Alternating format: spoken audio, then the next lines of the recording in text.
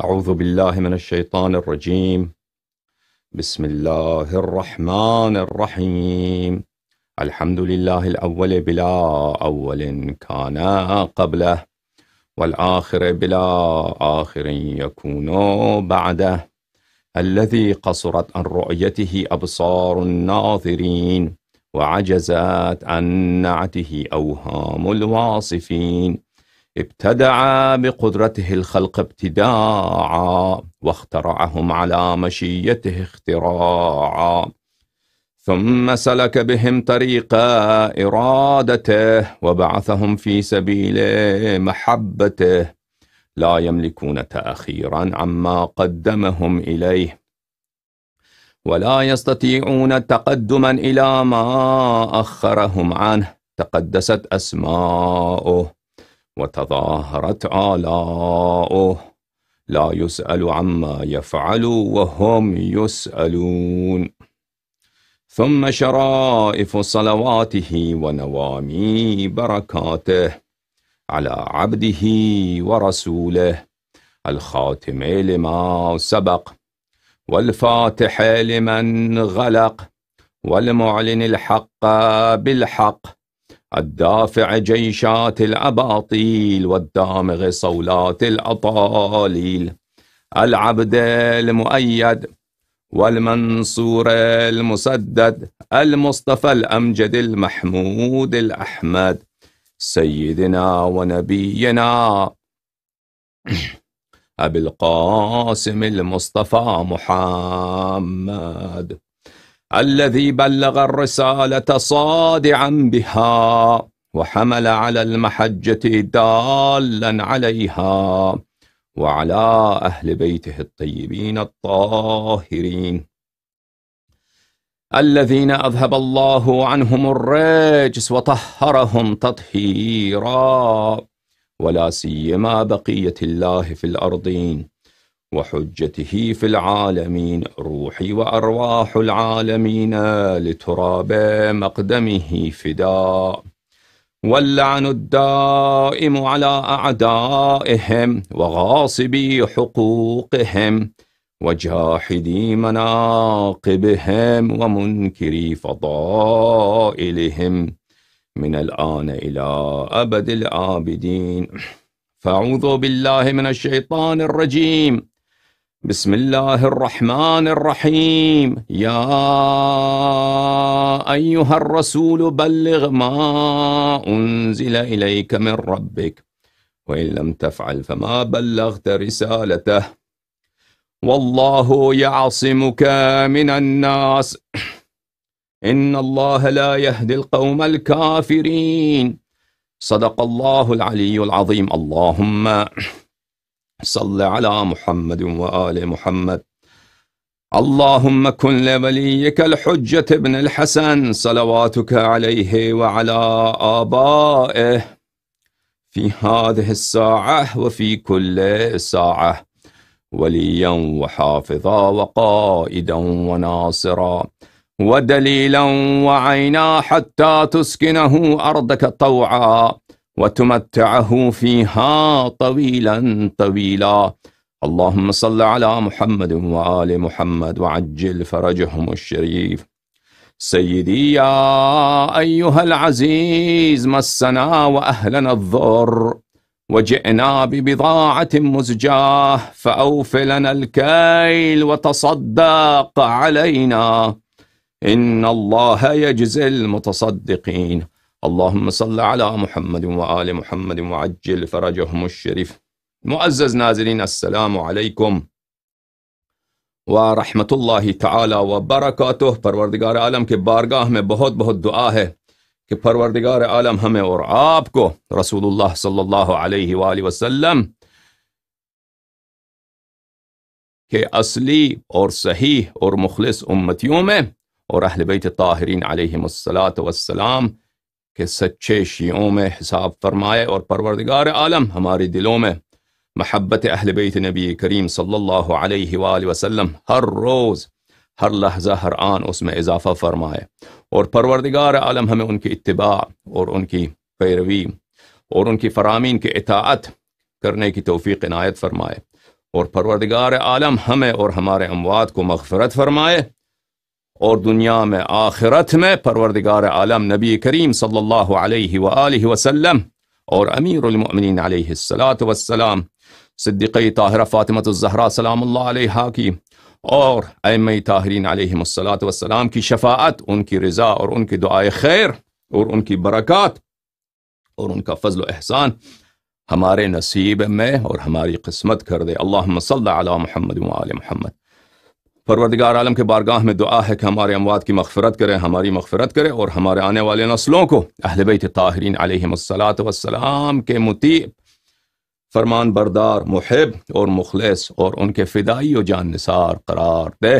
پروردگار عالم کے بارگاہ میں دعا ہے کہ یا اللہ یا اللہ یا اللہ یا ارحم الراحمین یا ارحم الراحمین یا ارحم الراحمین یا محمود بحق محمد ويا عالي بحق علي ويا فاطر السماوات والأرضين بحق فاطمة الزهراء ويا محسن بحق الحسن ويا قديم الإحسان بحق الحسين يا ربنا ويا إلهنا يا مجيب الدعوات نسألك بحق هؤلاء الطيبين الطاهرين ونقسمك بحق هؤلاء الطيبين الطاهرين صل على محمد وآل محمد وعجل لوليك الفرج اللهم عجل لوليك الفرج اللهم عجل لوليك الفرج اللهم عجل لوليك الفرج وانصره نصرا عزيزا وافتح له فتحا مبينا واقسم ظهور أعدائه وسود وجوه مخالفيه وكثر شيعته وأنصاره واجعلنا من شيعته وأنصاره اللهم صل على محمد وآل محمد وعجل فرجهم الشريف۔ میرے معزز ناظرین، السلام علیکم ورحمۃ اللہ تعالی وبرکاتہ۔ آپ کی خدمت میں عید سعید غدیر کو مبارکباد پیش کرتا ہوں، اور انشاءاللہ اسی مناسبت سے غدیر کے متعلق اور حدیث غدیر کے متعلق اور خطبہ غدیر کے متعلق کچھ مختصر عرائض آپ کی خدمت میں پیش ہیں، اور انشاءاللہ تبارک و تعالی اللہ نے چاہا تو ہماری کوشش یہی ہوگی کہ اکثر اشکالات اور شبہات اور ردود اور اکاذیب جو حدیث غدیر کے متعلق جماعت مخالفین کی جانب سے مطرح کیے جاتے ہیں ان کو طرح کریں اور ان کا جواب دیں انشاءاللہ انہی راتوں میں، انہی کچھ دنوں میں، محرم سے پہلے پہلے انشاءاللہ تبارک و تعالی۔ اور مجھے خوشی ہے کہ میں اعلان کروں آج کی رات انشاءاللہ ایک مستند عالم دین جو فرقہ مخالف سے تعلق رکھتے ہیں وہ گفتگو کے لیے اور سوال و جواب کے لیے ہمارے مہمان بنیں گے میرے تقریر کے بعد انشاءاللہ تبارک و تعالی۔ اور میں ان سے معذرت چاہتا ہوں کیونکہ اگر مجھے پہلے اطلاع ملتی تو میں اپنی تقریر کو ملتوی کر دیتا، لیکن یہ مجھے بعد میں اطلاع ملی ہے، اور ہمارے لیے نزدیک شیعوں کے نزدیک یہ ایام نہایت ہی اہم ہیں۔ ان ایام میں بعض مطالب کا القاء کرنا، بعض مطالب کا بیان و تبیین کرنا یہ نہایت ضروری ہے، تو اس لیے اس مجبوری کے بنا پر میں ان جید عالم دین سے معذرت چاہتا ہوں کہ میں یہاں پہ کچھ وقت کے لیے ان کا وقت لوں گا اور تقریر کروں گا، اور اس کے بعد ہی ان سے گفتگو ہو سکے گی۔ بہرحال، اور میں ان کا بہت شکریہ ادا کرتا ہوں کہ انہوں نے ہمیں اس قابل سمجھا کہ وہ ہم سے بات کریں۔ تو بہرحال یہ میرے تقریر کے بعد ان سے گفتگو ہوگی انشاءاللہ تبارک و تعالی۔ ابھی جو ہے میرے عزیزو، پہلی بات تو یہ ہے کہ جماعت مخالفین، فرقہ مخالفین جو ہیں وہ حدیث غدیر کے متعلق بہت ساری رکاوٹیں شیعوں کے سامنے کھڑے کر دیتے ہیں۔ سب سے پہلی رکاوٹ یہ ہے کہ وہ کہہ دیں گے کہ حدیث ہم مانتے نہیں، یہ حدیث ہے ہی نہیں، شیعوں اور روافض کی حدیث ہے، ان کے اعلام نے یہ کہا ہے، میں نے دیکھا ہے آپ کو کتابیں۔ اور اگر مان بھی لیں کہ کوئی حدیث ہے تو کہیں گے یہ خبر واحد ہے، ضعیف ہے، ٹھیک ہے نا۔ اگر مان بھی لیں صحت اس کی تو کہیں گے خبر واحد ہے، صحیح ہے، ٹھیک ہے، خبر واحد ہے، اس سے ہمیں یقین نہیں آتا۔ عقائد کے لیے ہمیں یقینی احادیث کی ضرورت ہے، تو ہم ثابت کرتے ہیں کہ خبر حدیث غدیر جو ہے اس جیسا متواتر اور یقینی حدیث جماعت مخالفین کے پاس بہت کم ہے، یعنی ان احادیث میں سے ہیں، اس کے طرق اتنے زیادہ ہیں کہ اس حد کی تواتر ان کے پاس بہت کم اس طرح کی احادیث ہیں۔ تو جیسے میں نے پچھلے تقاریر میں دکھایا کہ ابن عقدہ نے اس کو 100 سے زیادہ صحابی سے، ابن شاہین نے تصریح کی ہے کہ یہ 100 سے زیادہ صحابی سے، ان میں سے عشرہ مبشرہ، جن میں عشرہ مبشرہ بھی شامل ہیں، اس حدیث کو روایت کی ہے۔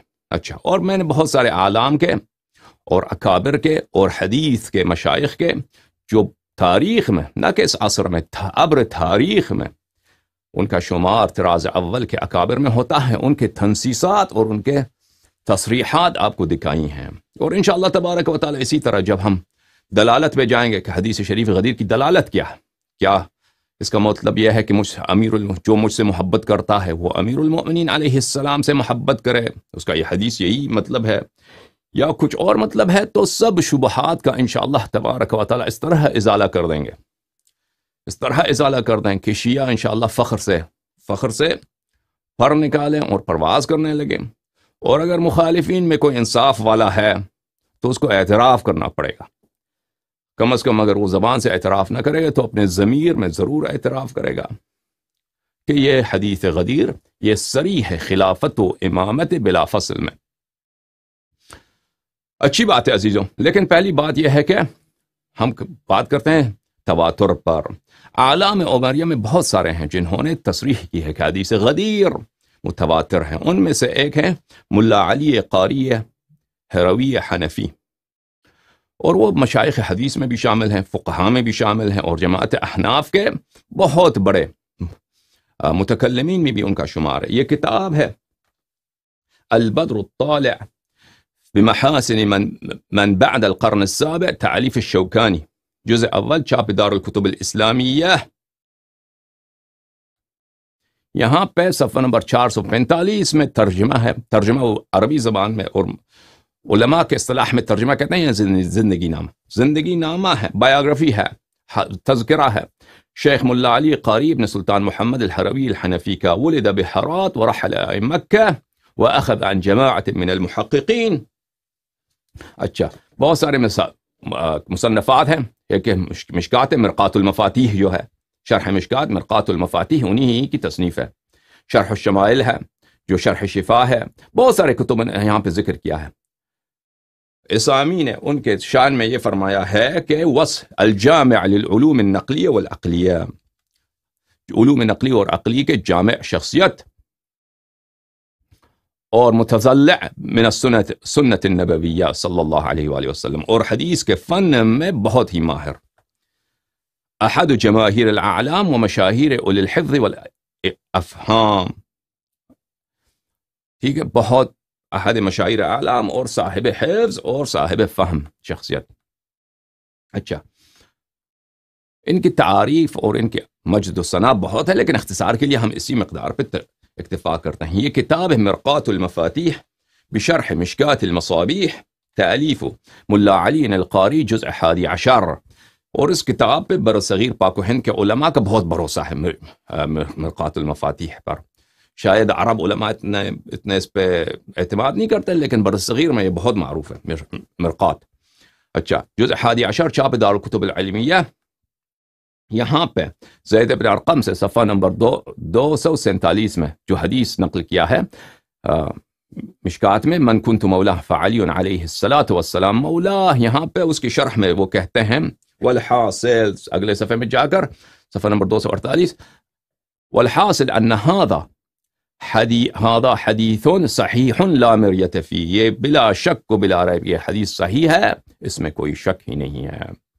تو جس معنی میں وہ صحیح کہہ رہے ہیں کہ اس میں کوئی شک ہی نہیں ہے، یہ عام مشائخ حدیث کے مصطلح حدیث میں صحیح کہا جاتا ہے، اس سے برتر ہے. آپ کو پتہ ہے کہ جو عام صحیح، جب میں نے بہت کہا کہ صحیح حدیث یقینی نہیں ہوتی، وہ تو اس کو کیا تکرار کریں. بل بعض الحفاظ عده متواترا، بعض حفاظ نے اس کو متواتر قرار دیا ہے. اذ فی روایتی احمد، اس لیے کہ احمد کے روایت، احمد بن حنبل کی روایت سے مروی ہے، انہ سمع من النبی صلی اللہ علیہ وآلہ وسلم 30 صحابیہ. احمد نے فرمایا ہے، احمد حنبل نے، جو مشائخ احمد حنبل فن حدیث میں اس کا ثانی نہیں ہے جماعت مخالفین کے پاس. وہ بخاری بھی اس کا شاگرد ہے، مسلم بھی اس کا شاگرد ہے، اور بہت سارے مشائخ حدیث ان کے شاگرد ہیں، اور ان کے اقوال احادیث کی تصحیح میں، احادیث کی تضعیف میں حجت مانا جاتا ہے. اور اسی طرح ان کے آراء رجال کے توثیق میں اور رجال کے تسقیم میں حجت مانا جاتا ہے. اچھا، احمد نے کہا ہے کہ اس کو 30 صحابین 30 صحابین نبی کریم صلی اللہ علیہ وآلہ وسلم نے اس حدیث کو اس وقت روایت کی کب وَشَهِدُوا بِهِ لِعَلِيٍّ یہ لعلی یہ غلط ہے یہ لعلی علیہ السلام ہے لما نوزع ایام خلافتہ امیر المؤمنین سید المسلمین سلام اللہ علیہ کہ ایام خلافت میں جب خلافت پر ان سے نزاع کیا گیا. کس نے نزاع کیا؟ معاویہ نے نزاع کیا، عائشہ نے نزاع کیا، طلحہ نے نزاع کیا، ناکثین قاسطین مارقین نے خوارج نے ان سے نزاع کیا. جب ان ایام میں ان سے نزاع کیا گیا تو امیر المؤمنین علیہ السلام نے اس حدیث سے احتجاج کیا یعنی استدلال کیا اور اس حدیث کی روح سے استشہاد کیا. یہ بہت سارے احادیث میں جیسے احمد نے کہا کہ 30 سے زیادہ صحابی نے اس وقت یعنی سنہ 35 36 37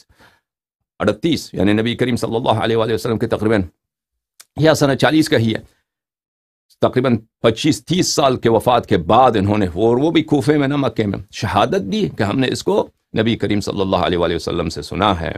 تو لازمی بات ہے کہ امیر المؤمنین علیہ السلام جب خلافت پہ نزاع ہے ایسی حدیث سے استدلال کرتے ہیں ایسے حدیث کو وجہ استشہاد بناتے ہیں جن سے ان کی خلافت ثابت ہوتی ہو. ٹھیک ہے نا. ایسی حدیث لے کے آئیں کہ وہ صفت ادنا مسلمین کے لیے بھی ہے ثابت ہو کہ مسلمانوں سے محبت کرو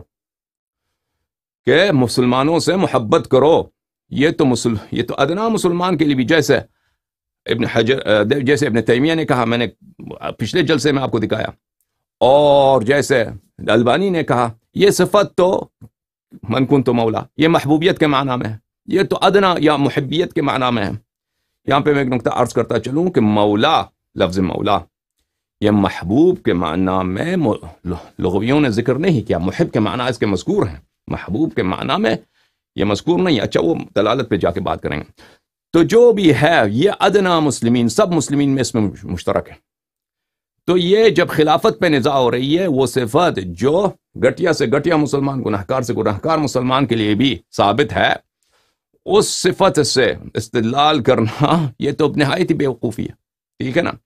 جب خلافت پہ نزاع ہو رہی تو وہ حدیث لانی چاہیے جس سے آپ کی خلافت ثابت ہوتی ہو. ٹھیک ہے نا. تو وہ سب لوگ پاگل نہیں تھے. متکلم سید المسلمین یعصوب الدین امیر المؤمنین انت منی بمنزلت ہارون من موسیٰ انا مدینۃ العلم وعلی بابها قل کفا باللہ شہیدا بینی وبینکم ومن عنده علم الکتاب. متکلم وہ اور شاہد سب صحابہ سب عرب سب عربی زبان کے نکات و ظرائف سے واقف اور مخاطب بھی سب عربی جاننے والے لوگ. تو جب وہ استشہاد کرتے ہیں اس حدیث کی روح سے جیسے احمد نے شہادت دی ہے اور یہ بہت سارے احادیث میں ثابت ہے ہم اس کو لائیں گے انشاءاللہ تبارک و تعالی. یہ قرینہ ہے اس طرح قرائن بہت زیادہ ہیں بہت زیادہ تو عدل و دلیل ہے اس میں کوئی شک ہی نہیں ہے کہ اس سے خلافت پہ نزاع خلافت ثابت کرنے کے لیے کہ نبی کریم صلی اللہ علیہ وآلہ وسلم نے ملائے عام میں جم غفیر نے مجھے امامت پہ نصب کیا ہے اور کسی کو نزاع کرنے کا حق نہیں ہے. ٹھیک ہے نا. اب یہ کہ میں مسلمانوں کا دوست ہوں یہ تو سب مسلمانوں کا حاصل. ٹھیک ہے سمجھ میں آئے نا بات آپ کو. بہرحال یہ اب دلالت میں جا کر اگر موقع ملا تو اس پہ مزید بات کریں گے. اچھا یہاں پہ ملا علی قاری نے شہادت دی کہ احمد سے منقول ہے کہ اس نے کہا ہے کہ 30 سے زیادہ صحابی نے اس موقع پر شہادت دی تھی کوفے میں. اب زیادہ سے زیادہ صحابیوں سے مروی ہے لیکن جنہوں نے شہادت دی کہ ہم نے سنا ہے یہ 30 سے زیادہ یا 30 ہے 30 صحابی ہیں. ٹھیک ہے. یہ خود بذات خود تواتر کو ثابت کرتا ہے اور کیونکہ یہ احمد کا قول ہے تو ہم اس احمد کو بھی شامل کرتے ہیں ان علماء میں جنہوں نے تنصیص کیا ہے اس حدیث کے تواتر پر. ملاحظہ فرمائیے یہ کتاب ہے نظم المتناثر من الحدیث المتواتر تالیف محمد بن جعفر الکتانی. یہ بھی ایک بہت بڑے محدثین میں ان کا شمار ہے. انہوں نے یہ کتاب لکھا ہے حدیث متواتر پر کہ جتنے متواتر احادیث ہیں ان کو شامل کیا جائے. چھاپو یہ کتاب چپی ہے طبع الادارہ والمرسلہ شارع ابراہیم بن زید بالطالبیہ. اچھا یہاں پہ ملاحظہ فرمائی حدیث من کنت مولا صفحہ نمبر 194 وہ بھی یہی فرماتے ہیں. وفي رواية لأحمد أنه سمعه من النبي صلى الله عليه وآله وسلم 30 صحابيا وشهدوا به لعلي لما نوزع أيام خلافته. احمد سے مروی ہے، احمد بن حنبل سے مروی ہے کہ اس نے تنسیص کی ہے اس حدیث کی. تواتر صرف اس مقام پر کوفے میں، اب تواتر اس کے علاوہ جن صحابی وہاں پہ نہیں تھے، کوفے میں شہادت نہیں دی، دوسرے مقامات پہ انہوں نے نقل کی، اس کی بات نہیں ہو رہی، صرف کوفے والوں کی 30. اور آپ کو معلوم ہے 30 صحابی جو ہیں اس سے تواتر ثابت ہو جاتا ہے. وممن صرح بتواتره ايضا المناوی فی التیسیر.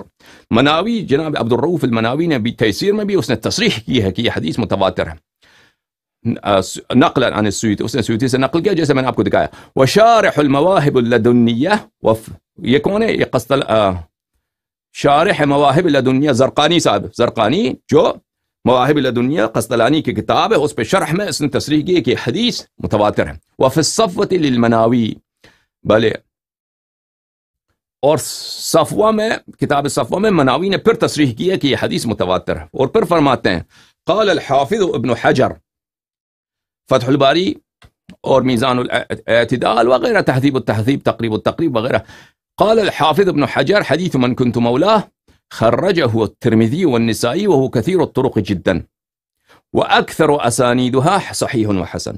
كثير الطرق ہے اور اس کے اکثر طریق صحیح بذات خود صحیح و حسن ہے. تو اس کے بعد کوئی شک رہتا ہے؟ ابن تیمیہ جو شیخ الاسلام کہلاتا ہے، اس کے تعصب دیکھیے کہ اس کثیر الطریق حدیث کو جب شیعوں کے ضد میں آ جاتا ہے، کہتا ہے یہ حدیث ہے، یہ متنازع فی ہے. ٹھیک ہے نا؟ یا ان کا ہم نے دکھایا جو حزب التحریر کا مؤسس ہے شام میں، السنہ و مکانتها، وہ ہم نے آپ کو دکھایا کہ اس میں اس نے تصریح کی ہے کہ روافض کی کیا ہے، وضع شدہ کتاب ہے، وضع شدہ حدیث ہے. اچھا، اسی طرح دکتور سعد ابن ناصر ابن عبد العزیز الشتری جو معاف کیجیے، عبداللہ ابن ظافر ابن عبداللہ الشہری جو کتاب مطالب العالیہ بزوائد الثمانیہ ابن حجر عسقلانی کے محقق ہیں، انہوں نے جز مجلد نمبر 16 صفحہ نمبر 96 میں تصریح کی. وفی روایت لأحمد، انہوں نے بھی نقل کیا احمد سے کہ احمد نے فرمایا ہے کہ یہ حدیث صرف کوفے میں ایام خلافت میں 30 صحابی نے ایک ہی مجلس میں شہادت دیا. تو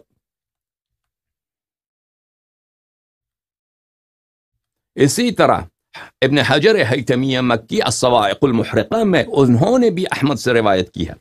الصواعق المحرقہ، محرقہ على اہل الرفض والضلال والزندقہ، تألیف ابن حجر الحیتمی عاملہ اللہ بعدلہ، الجزء الاول چاپ دار الوطن، یہاں پہ صفحہ نمبر 106 میں الشبہ الحادی عشر، حدیث غدیر من کنت مولاه کے بعد نقل کرنے کے بعد کہتے ہیں کہ حدیث صحیح لا مریۃ فیہ، یہ حدیث صحیح ہے، اس میں کوئی شک نہیں ہے.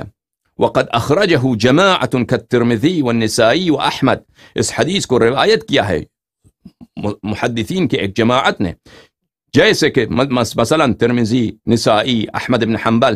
وطرقہ کثیرۃ جدا، یہ تصریح ہے نا، طرقہ کثیرۃ جدا، نہایت ہی زیادہ ہیں اس کے طرق. تواتر کی تصریح ہے، عبارت اخرى عن التواتر. ومن ثم رواہ 16 صحابیہ، اور اسی میں سے ایک جماعت ہے کہ ایک ہی مجلس میں 16 صحابی نے اس کو روایت کیا ہے. وفی روایت لأحمد، اور احمد سے مروی ہے کہ انه سمعه من النبي صلی اللہ علیہ وآلہ وسلم 30 صحابیا وشهدوا به لعلی لما نوزع ایام خلافته، کہ 30 صحابی نے اس حدیث کو رسول پاک صلی اللہ علیہ وآلہ وسلم سے سن کر امیر المؤمنین علیہ الصلاۃ والسلام کی استدعاء پر ایام خلافت میں ان کو اس حدیث کی شہادت دی ہے. ٹھیک ہے نا؟ کما مر، جیسے کہ ہم نے پہلے بتایا اس کو. وکثیر من اسانیدها صحاح وحسان، اور اس کے بہت سارے طریق بنفسها، ایک حدیث اگر بنفسها حسن ہو تو حجت ہوا کرتی ہے جماعت مخالفین کے نزدیک، اگر صحیح ہو تو اس کی حجت اور ہی بھی اعلیٰ، اور اگر بہت سارے طرق ہوں اور ہر طریق بنفسها حسن اور صحیح ہو تو اس جیسا حدیث کہاں ہے جماعت مخالفین کے پاس؟ اس جیسا حدیث کہاں ہے؟ اور بہت ہی کم ہے جماعت مخالفین کے پاس اس طرح کے حدیث. ولا التفات لمن قدح في صحته ولا لمن رده كما بأن عليا كان باليمن. اور اس التفات نہ کریں جو بیوقوف، جو لوگ متعصب کی روح سے کہتے ہیں کہ اس حدیث کو رد کریں، اس حدیث مجروح ہے، مقدوح ہے، جیسے کوئی ادعا کرے کہ امیر المومنین علیہ السلام تو یمن میں تھے، ان کی باتیں نہ سنیں، یہ سب بکواس ہے۔ اور یہ کون کہہ رہا ہے؟ ابن حجر حیتمی مکی کس کتاب میں؟ صواعق محرقہ میں، جو لکھا ہی انہوں نے شیعوں کے رد پر۔ اچھا، ان علماء میں سے، ٹھیک ہے، احمد کا بھی قول ثابت کر دیا آپ کے لیے، ان علماء میں سے جنہوں نے تصریح کیا ہے کہ یہ حدیث متواتر ہے، وہ ہیں، ان میں سے ہے وہ جس کو علی الاطلاق حافظ کا لقب دیا جاتا ہے۔ جب حافظ مطلقاً من دون قید کہا جاتا ہے تو انہی سے مراد لیا جاتا ہے، اور وہ کون ہے؟ وہ احمد ابن علی ابن حجر العسقلانی، صاحب فتح الباری والنکات و حدی الساری و میزان الاعتدال، اور بہت سارے کتب، ان کے تصنیفات کا لسٹ ہی بہت لمبا ہے۔ اچھا، یہ ترجمہ ہے ان جیسا محدث یعنی بہت ہی کم گزرا ہے، ان جیسا محقق بہت کم گزرا ہے جماعت مخالفین کے پاس، اور لکھنے میں، اور بہت اچھی طریقے سے لکھنے میں، یعنی ان کے لکھنے کا بہت روانگی ہو، سلاست ہو، اس طرح کے بہت کم محقق گزرے ہیں۔ اچھا، اور ان کے حیات ہی میں ہے، ان کی کتابوں کی تشہیر ہو گئی تھی۔ فتح الباری جو ہے ان کی حیات ہی میں بہت بادشاہ جو تھے خراسان سے ان کو ہدایہ بیچتے تھے، اور یہ ان سے کتاب کا نسخے مانگتے تھے، اور یہ اصل میں یہ اسقلان میں سے ہیں۔ اسقلان جو ہے فلسطین شام میں ہے، اور لیکن ان کی زندگی جو گزری ہے وہ اکثر و بیشتر وہاں پہ گزری ہے، قاہرہ میں، مصر میں، اور ان کو لقب دیا گیا ہے شیخ الاسلام کا۔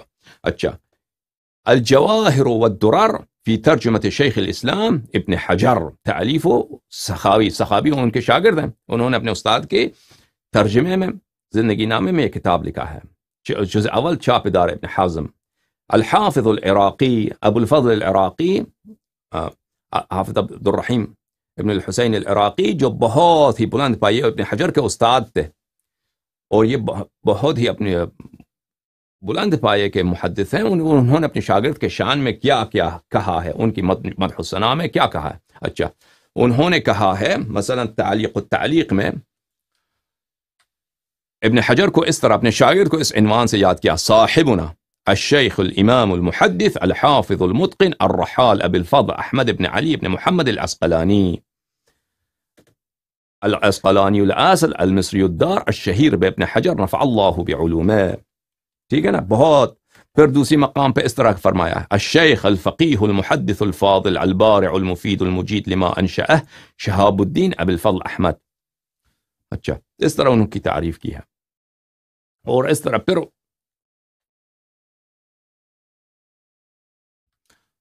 ولما كان، پھر حافظ العراقی نے ابن حجر کی اس طرح تعریف کی: ولما كان شيخ العالم والكامل الفاضل الامام المحدث المفيد المجيد الحافظ المتقن الضابط الثقة المأمون احمد۔ اب دیکھیں القاب کو، دیکھیے اس طرح کے القاب کو ابن حجر کو اس طرح وہ تعریف کرتے ہیں۔ پھر فجمع الرواة والشيوخ ومن ميز بين الناسخ والمنسوخ وجمع المؤلفات والابدال وميز بين الثقات والضعفاء من الرجال وافرت بجده الحثيث حتى انخرط في سلك اهل الحديث وحصل في الزمن اليثير على علم غزير۔ اس طرح اپنے شاگرد کی، کیونکہ ان کا اپنے استاد کے حیات میں ان کے علمی رتبہ اتنا بڑھ گیا تھا، ان کی تعلیفات اتنی مشہور ہو گئی تھیں، اور اتنے تحقیقات ان کے اتنے زبردست نہیں کہ اس کے استاد نے ان کی اس طرح تعریف کی جیسے استاد اپنے استاد کی تعریف کرتا ہو۔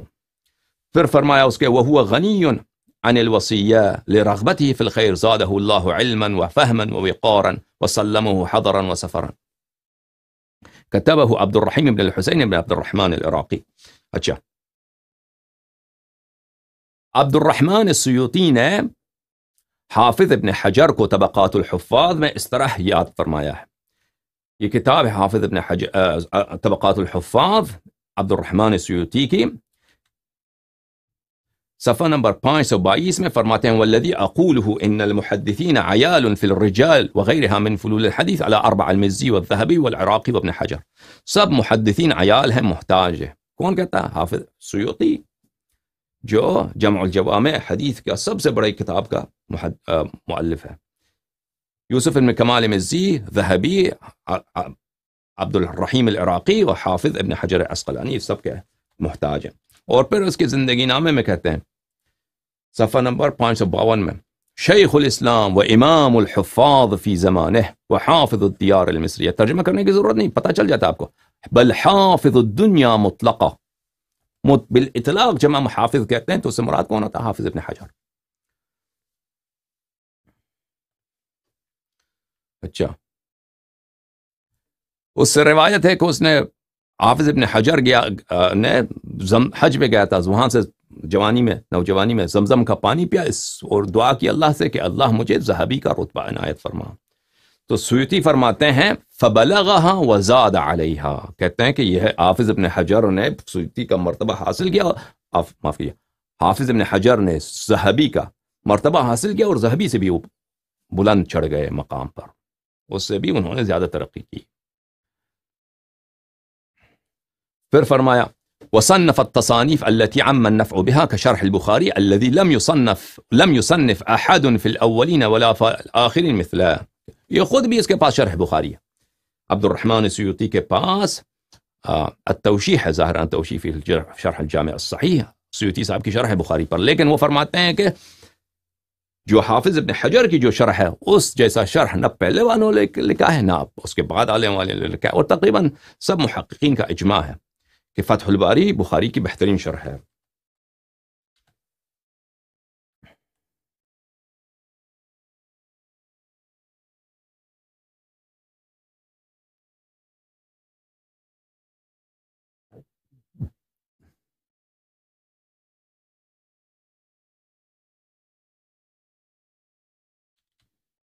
یہ کتاب ہے البدر الطالع الجزء الاول، چاپ دار الکتب الاسلامیہ، چاپ قاہرہ.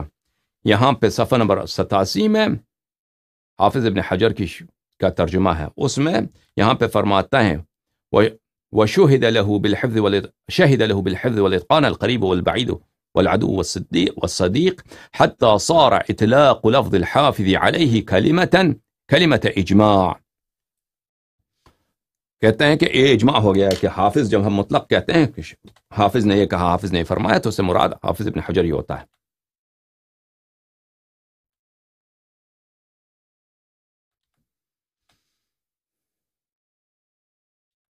اچھا، تو اس کے مدائح بہت زیادہ ہیں، اس کے مدح و ثنا بہت زیادہ ہیں، اس کا آپ کا وقت نہ لیں. تو یہ محقق، اس جیسا محقق جماعت مخالفین کے محدثین میں نہایت ہی کم گزرا ہے، فنون حدیث میں بہت ہی کم گزرا ہے. نہایت ہی منفرد، نادر، متمیز، ممتاز شخص ہیں صاحب کتاب فتح الباری حافظ ابن حجر. یہ اپنے کتاب فتح الباری میں دیکھیں کیا فرماتے ہیں حدیث غدیر کے متعلق. فتح الباری بشرح صحیح البخاری حافظ ابن حجر جزء السابع، چاپ دار الفکر. یہاں پر صفحہ نمبر 428 میں، سنت 428 میں کتاب چھپی ہے. صفحہ نمبر 342 میں وہ فرماتے ہیں وَأَمَّا حَدِيثُ مَنْ كُنْتُ مَوْلَاهُ اما من كنت مولاه فعلی علیہ السلام مولا. یہ حدیث جو ہے فقد اخرجہ الترمذی والنسائی، اس کو تو ترمذی نے بھی روایت کیا، نسائی نے بھی روایت کیا. وهو طریق کثیر الطرق جدا، کثیر الطرق جدا، اس کے اسانید بہت زیادہ ہیں، بہت ہی زیادہ مختلف طرق سے مروی ہے. وقد استوعبها ابن عقدہ فی کتاب مفرد، اور ابن عقدہ نے، ابو العباس ابن عقدہ، جیسے میں نے پہلے آپ کو بتایا، اس کے طرق کو ایک کتاب میں اس نے استیعاب کیا ہے، جمع کیا ہے.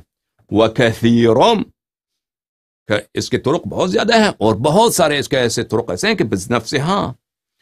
وَكَثِيرٌ مِّنْ أَسَانِيدِهَا صِحَاحٌ وَحِسَان، اس کے اسانید صحیح ہیں اور حسن ہیں. ٹھیک ہے نا، یہ تواتر کی نص ہے. جب کہتا ہے کثیرۃ الطرق جدا وکثیر من اسانیدها صحاح وحسان، تو شک ہی نہیں رہتا، تو شک ہی نہیں رہتا کہ حدیث میں کوئی شک ہی نہیں ہے اس کی صحت پر، اس کی تواتر پر، اس کی یقینی ہونے پر. اچھا، وقد روینا عن احمد، ہمیں روایت کی گئی ہے احمد بن حنبل سے، ما بلغنا، عن احد من الصحابة ما بلغنا عن علی بن ابی طالب علیہ السلام، کہ احمد نے فرمایا ہے کہ جو فضائل، جو مناقب، جو ثناء جمیل حضرت ختمی مرتبت صلی اللہ علیہ وآلہ وسلم کے لسان اقدس پر سید المسلمین یعصوب الدین امیر المؤمنین علیہ السلام کے لیے مروی ہے، وہ نہ ابو بکر کے لیے، نہ عمر کے لیے، نہ عثمان کے لیے، کسی بھی صحابی کے لیے نہیں. تو پھر مان لو اگر نبی کریم صلی اللہ علیہ وآلہ وسلم سے ان کے حق میں سب سے زیادہ فضیلت ہے تو مان لو کہ وہ افضل ہے. پر تو رد کیوں کرتے ہو؟ نبی کریم جب خود ہی کہتے ہو، تمہارا امام ہے حدیث میں، بخاری مسلم کا ٹیچر ہے، پروفیسر ہے حدیث میں، جب وہ خود کہتا ہے کہ سب سے زیادہ فضیلت ان کی ہے احادیث میں، تو نبی کریم صلی اللہ علیہ وآلہ وسلم کے قول کو کیوں نہیں مانتے؟ پر اچھا آگے چلتے ہیں. پھر ان علماء میں سے جنہوں نے تصریح کی ہے، میں اعلام محدثین، محققین محدثین کی بات کرتا ہوں، جنہوں نے تصریح کیا کہ حدیث متواتر ہے، اس میں کوئی شک نہیں ہے. صالح ابن مہدی مقبلی ہیں. ملاحظہ فرمائیے کہ یہ شخصیت کون ہے؟ البدر الطالع بمحاسن من بعد القرن السابع، تالیف الشوکانی، الجزء الاول، چھاپ دار الکتب الاسلامی قاہرہ میں یہ کتاب چھپی ہے. یہاں پہ صفحہ نمبر 228 میں صالح ابن مہدی المقبلی الصنعانی ثم المکی، ان کی حیات میں ان کا وہ کون ہے؟ وكان ألزم نفسه السلوك مسلك الصحابة وعدم التعويل على تقليد أهل العلم في جميع الفنون.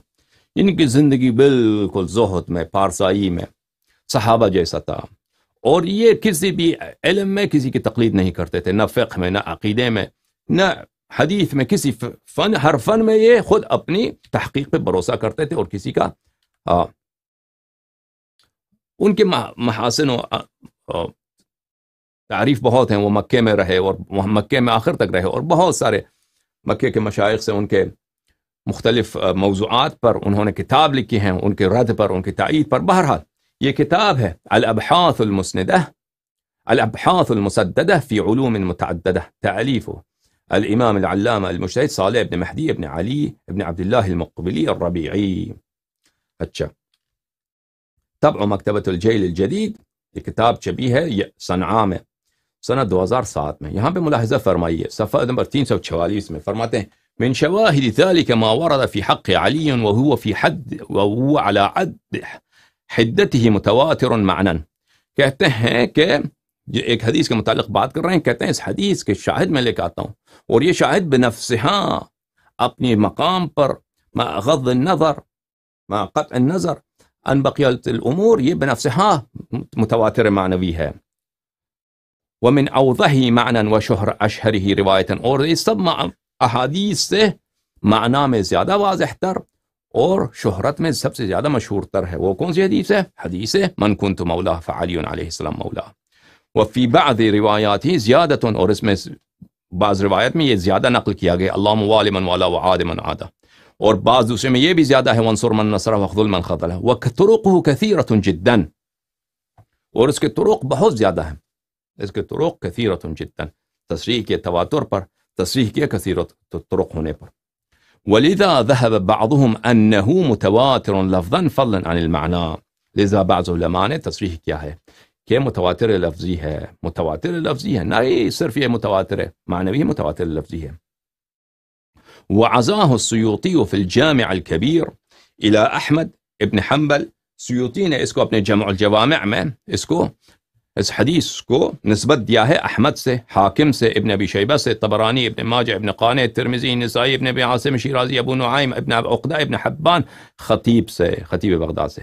بعضهم من روایت الصحابی صحابیا وبعضهم من روایت اثنین وبعضهم اکثر من ذلك. پھر وہ صحابیوں کا نام لاتے ہیں کہ بہت سے یہ صحابہ، قیس ابن ثابت، زید ابن شراحیل الى آخری، عن زید ابن ارقم و30 رجلا من الصحابہ. اس کے بہت سارے صحابہ کا نام لیتے ہیں. اس کے فرماتے ہیں اس کے علاوہ بھی 30 اور مزید صحابی ہیں جنہوں نے روایت کی اس حدیث کو. نعم، پھر فرماتے ہیں اگلے صفحے میں، نعم فإن كان مثل هذا معلوما وإلا فما معلوم في الدنيا. کہتے ہیں کہ اگر یہ حدیث یقینی نہیں ہے، یہ حدیث، علم سے مراد یقین، اگر یہ حدیث یقینی نہیں تو دنیا میں کوئی چیز یقینی ہے ہی نہیں. اگر یہ حدیث یقینی نہیں ہے کہ رسول اللہ صلی اللہ علیہ وآلہ وسلم نے اپنے بھائی، اپنے داماد، اپنے نفس نفیس کے متعلق یہ بیان فرمائے، من کنت مولا فہذا علی علیہ السلام مولا. تو کوئی دنیا میں کوئی چیز معلوم ہی نہیں ہے بھائی. اگر اس میں شک ہے تو سب چیزوں میں شک ہے. اب دلالت کی بات نہیں ہو رہی ہے. کس کی بات ہو رہی ہے عزیزو؟ اب بات ہو رہی ہے سند پہ، کہ سند پہ جنہوں نے خدشہ کیا ہے یہ ان کے تعصب، یہ ان کے شیعوں کے خلاف مسکنت اور بے چارگی، کیونکہ یہ حدیث صریح ہے ولایت اور امامت و خلافت پر، بلکہ اس سے بھی امامت سے بھی بڑھ کر من کنت مولا مقام امامت سے بھی اونچا ہے، کیونکہ امامت سے مطلب ہے پیشوا، مولا کا مطلب ہے اولا بکم من انفسکم، النبی اولا بالمؤمنین من انفسهم. میں ثابت کروں گا انشاءاللہ تبارک و تعالیٰ کہ مولا اولا کے معنوں میں قرآن میں، ادب میں، لغت میں، سنت میں، یہ سب انشاءاللہ تبارک و تعالیٰ آپ کے خدمت میں ثابت کیا جائے گا، اور انشاءاللہ تبارک و تعالیٰ جو اباطیل نواسب کے ہیں وہ سب کا ازالہ کیا جائے گا. لیکن اس میں ٹائم لگتا ہے بھائیوں. ادعا صرف کافی نہیں ہوتا کہ میں ادعا کروں یہ متواتر ہے، مولا کا مولا اولا ہے، تو پھر سب مذاق ہی اڑائیں گے نا. یا حسرتاً علی العباد ما یاتیہم من رسول الا کانوا بہ یستہزئون. مخالفین کا کام ہی کیا ہے؟ مذاق اڑانا. ٹھیک ہے نا. مذہب شیعوں کے پاس علم نہیں ہے، شیعہ ادعا کرتے ہیں دلیل دکھاؤ. جب دلیل دکھاتے ہیں تو کہتے ہیں ٹائم لگتا ہے، آپ بہت مفت تفصیل دیتے ہیں. تو بھئی میرے پاس کوئی چارہ کار نہیں ہے. کتابیں میں جلدی جلدی دکھاتا ہوں، صفحات اس میں سے بہت سارے نہیں دکھاتا، مختصر کر کے بتاتا ہوں. وَإِلَّا دلیل ہمارے پاس اس سے بہت زیادہ ہے. ٹائم لگتا ہے بھائی، اس میں میرے اس سے کوئی چارہ نہیں ہے.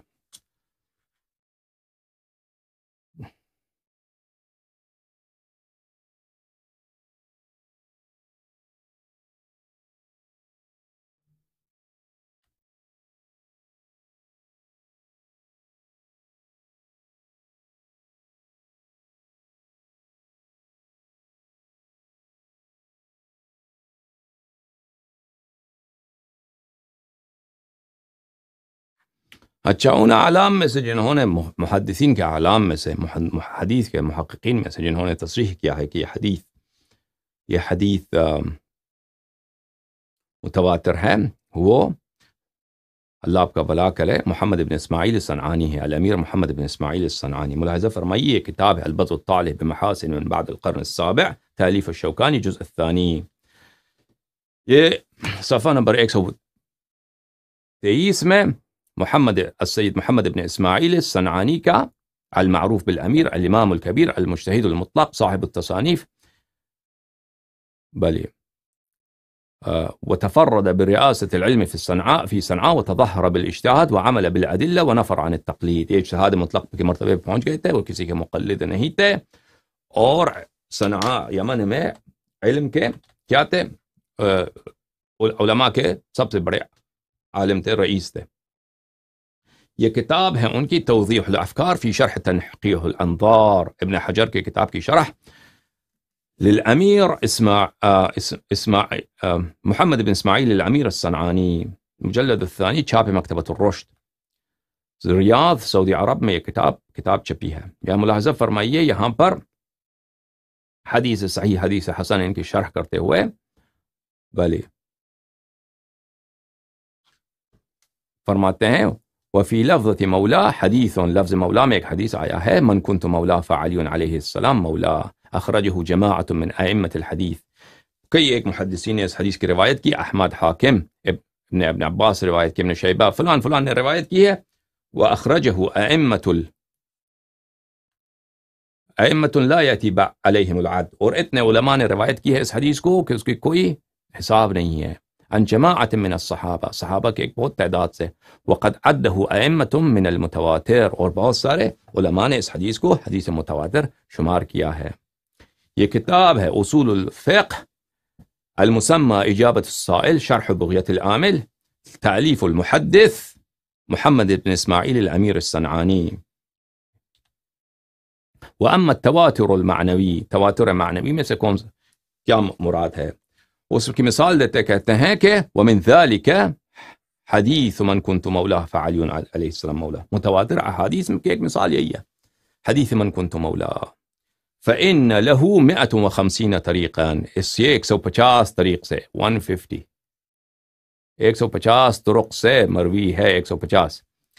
قال العلامة المقبلي، علامہ المقبلی نے فرمایا بعد سرد بعض طرق هذا الحديث ما لفظه، علامہ مقبلی نے کچھ اس حدیث کے کچھ طرق کا ذکر کرنے کے بعد فرمایا ہے فإن لم يكن هذا معلوما فما في الدنيا معلوم، اگر یہ حدیث یقینی نہیں ہے تو دنیا میں ہر چیز مشکوک ہے، کیونکہ اس کے طرق اتنے زیادہ ہیں۔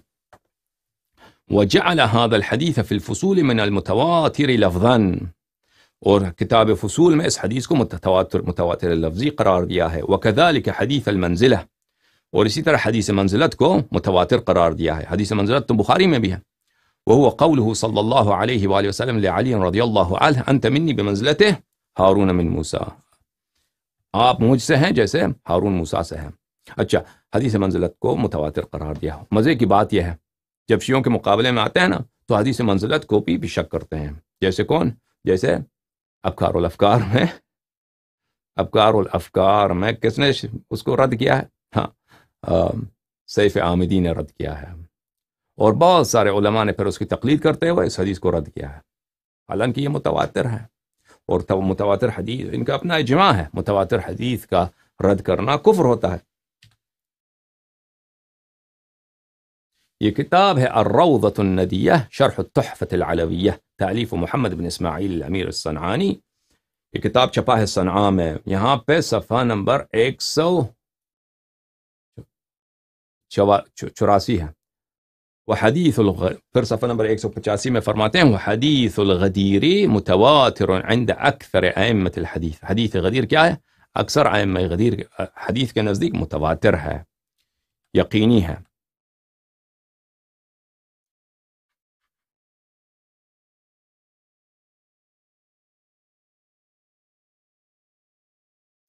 ان علماء میں سے جنہوں نے تصریح کیا ہے کہ حدیث غدیر متواتر ہے، وہ ان میں ابو الفداء العجلونی ہے، اور وہ اجلون، شہر اجلون میں سے، اجلون جو شام اردن میں ہے۔ اچھا، ملاحظہ فرمائیے یہ کتاب سلک الدرار فی اعیان القرن الثانی عشر، تالیف ابی الفضل محمد خلیل ابن علی المرادی، جزء اول، چھاپ دار البشائر الاسلامیہ۔ یہاں پہ ملاحظہ فرمائیے اس کتاب میں صفحہ نمبر 259 میں ان کی زندگی نامہ ہے۔ اسماعیل ابن محمد ابن عبد الہادی ابن عبد الغنی الشہیر بالجراحی الشافعی العجلونی، وہ کون ہے؟ الشیخ الامام العالم الہمام الحجہ الرحلہ العمدہ الورع العلامہ۔ یہ سب ان سب کا ترجمہ کرنے کی ضرورت نہیں ہے۔ کان عالما بارعا صالحا مفیدا محدثا مبجلا قدوة سندا خاشعا له ید فی العلوم سیم الحدیث، بہت سارے علوم میں استاد تھے، بالخصوص علم حدیث میں استاد تھے۔ ٹھیک ہے نا؟ یہ عجلونی صاحب کا بالاختصار جو ہے ان کا ذکر۔ یہ کتاب ہے کشف الخفاء ومزیل الالباس عما اشتہر من الاحادیث على ألسنة الناس۔ اس کتاب کو انہوں نے احادیث کے متعلق احادیث میں تحقیق کے لیے لکھا ہے۔ مکتبۃ القدسی میں ایک کتاب چھپا ہے، صفحہ نمبر 274 میں، حدیث نمبر 2591، من كنت مولاه، رواہ الطبرانی و احمد و ضیاء فی المختارہ، ضیاء المقدسی نے فی احادیث المختارہ، جو اس کی صحیح کتاب ہے، احادیث المختارہ ضیاء مقدسی کی، اس کی صحت کی ضمانت کی ہے، اس میں اس نے روایت کی ہے زید بن ارقم سے، وعلی و30 من الصحابہ بلفظ اللہم والی من والہ وعاد من عادہ، اس میں یہ لفظ بھی ہے فالحدیث متواتر او مشہور، یہ حدیث متواتر یا مشہور ہے، فتویٰ دیا انہوں نے۔ ٹھیک ہے نا؟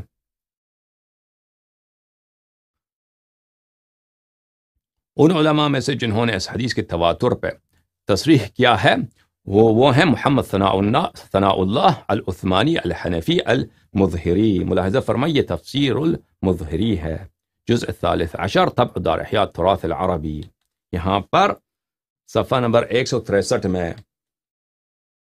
کہتے ہیں واحتجوا بحدیث البراء ابن عازب وزید ابن ارقم، شیعہ احتجاج کرتے ہیں، استدلال کرتے ہیں حدیث برا سے، حدیث زید بن ارقم سے کہ رسول خدا صلی اللہ علیہ وآلہ وسلم جب غدیر خم میں آئے، اخذ بید علی علیہ السلام، انہوں نے امیر المؤمنین علیہ السلام کا ہاتھ پکڑا، الستم تعلمون انی اولی بالمؤمنین من انفسهم قالوا بلا، قال الستم تعلمون انی اولی بكل مؤمن من نفسی قالوا بلا، قال اللهم من كنت مولاه فعلي عليه السلام مولا والی من والا وعاد من عادا.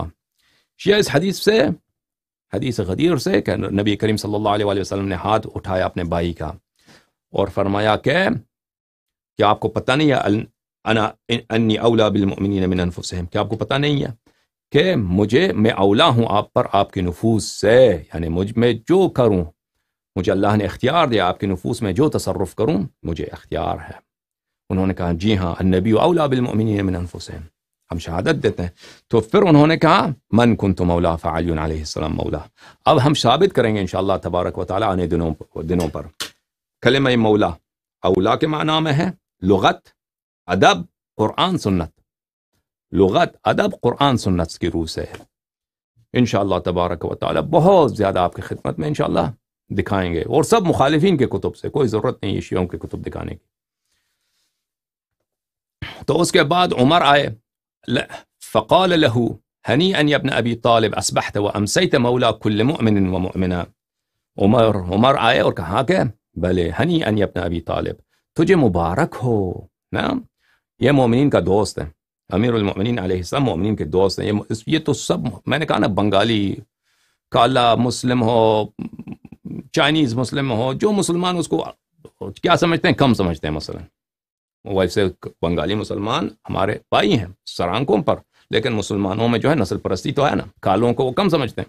جو بھی کم تر آپ سمجھتے ہیں وہ بھی تو مسلمانوں. یہ تو صفت المؤمنون بعضهم اولیاء بعض، یہ تو سب کو حاصل ہے. وہ ایک صفت جو ادنا سے ادنا مسلمان کو حاصل ہے، ہاں، اگر وہ امامت نہیں ہے، ہاں، اور وہ صفت جو پہلے سے بھی حاصل تھا، اس کو مبارک دینے کی کیا ضرورت تھی. عمر نے جو مبارکباد دی ہے، اور یہ خود کہتے ہیں یہ حدیث صحیح ہے بلکہ متواتر ہے، ابھی دکھاتا ہوں. تو واضح ہے، یہ قرائن میں سے قرینہ ہے کہ عمر نے جو سمجھا، اس کے ذہن میں کوئی خدشہ ہی نہیں تھا، اس کے ذہن میں کوئی شک و شبہ ہی نہیں تھا عمر کے ذہن میں، کہ یہ امیر المؤمنین علیہ الصلاۃ والسلام کی امارت اور ان کی امامت اور ان کی خلافت بلا فصل اور ان کے وجوب طاعت اور وہی حق تصرف جو نبی کریم صلی اللہ علیہ وآلہ وسلم کو حاصل ہے، وہ سید المسلمین علیہ السلام کو اس حدیث کی روح سے حاصل ہے. اسی لیے تو مبارکباد دے رہا ہے. اگر وہ ایسی صفت ہو جو عورت کو بھی حاصل ہے، بوڑھے کو بھی حاصل ہے، تازہ مسلمان کو بھی حاصل ہے نا، نیو کانورٹ کو بھی حاصل ہے، کالا گورا سب کو حاصل ہے، اس کو مبارکباد دینے کی تو کوئی بات ہی نہیں ہے. اور اس سے پہلے نبی کریم صلی اللہ علیہ وسلم تعلمون انی اولا بکل مؤمن من نفسه، کیا آپ کو نہیں پتا کہ میں النبی اولا بالمؤمنین من انفسهم. تو یہ ان سے اقرار لینا یہ اہم بات کے لیے اقرار کیا جاتا ہے کہ میں آپ میں ایسا تصرف کروں گا کہ آپ کو اس میں مخالفت کی ضرورت نہیں ہے، کیونکہ النبی اولا بالمؤمنین من انفسهم، ٹھیک ہے نا. اس میں آپ کو کوئی مخالفت کی اجازت نہیں ہے ایسا کام کرنے کے لیے. اسی لیے، اور وہ ہے خلیفہ تعین کرنے، اور خلافت کا مقام ایسا مقام ہے کہ اس کے میں سب راغب ہیں کہ میں خلیفہ بنوں، میں امام بنوں، مجھے پاور مل جائے. میں اس میں تو سب کوئی شک ہی نہیں. ہر شخص چاہتا ہے کہ اس کو طاقت ملے، اس کو عزت ملے. قرائن بہت زیادہ ہیں. بہرحال وَرَوَاهُ أَحْمَدْ وَغَيْرُهُ، پھر ادھر تحقیق میں رواہ احمد ورجالہ ثقات. وقد بلغ هذا الحديث مبلغ التواتر، یہ حدیث متواتر ہے بھائی، یہ حدیث یقینی ہے، متواتر ہے، اس میں شک نہیں ہے. اب میں آپ کبھی موقع ملا تو میں آپ کو دکھاؤں گا کہ علماء مخالفین نے تصریح کیا ہے کہ بخاری کے اور مسلم کے احادیث صحیح ہیں، لیکن یہ یقینی نہیں ہے. ہم تعبداً اس پہ عمل کرتے ہیں. یہ خبر واحد ہے، یہ تعبداً اس پہ عمل کرتے ہیں. میں نے ایک بحث چہ رہا تھا پچھلے دنوں کہ خبر صحیح جو ہے یقینی نہیں ہوا کرتی، ضروری نہیں ہے کہ وہ یقینی ہو. تو انشاءاللہ تبارک و تعالی اس کی تکملہ میں کبھی عرض کروں گا کہ صحیح جو کہ فلانی حدیث صحیح ہے. صحیح کا مطلب ہمارے ذہنوں میں یہ ہے کہ یہ صحیح ہے، واقعاً پیغمبر صلی اللہ علیہ وآلہ وسلم نے یہ فرمایا ہے، ٹھیک ہے نا. ہم تو لغوی معنی لیتے ہیں اس سے، لیکن محدثین کے نزدیک یہ لغوی معنی اس کے منظور نہیں ہوتے. صحیح سے ہم مراد لیتے ہیں کہ واقعاً یہ حقیقت ہے، یہ سچ ہے، اس میں کوئی شک ہی نہیں ہے. لیکن یہ نہیں ہے صحیح کا مطلب. صحیح کا مطلب محدثین کے نزدیک، علماء کے نزدیک، علی الاقل وہ علماء جو اصطلاحات کو جانتے ہیں وہ سمجھتے ہیں، ان کے نزدیک یہ ہے کہ خبر واحد ہے. یہ ایک نے دوسرے سے، نے دوسرے نے تیسرے چوتھے پانچویں سے روایت کی، یہ سب ثقہ ہیں، سب اس میں انقطاع نہیں ہے.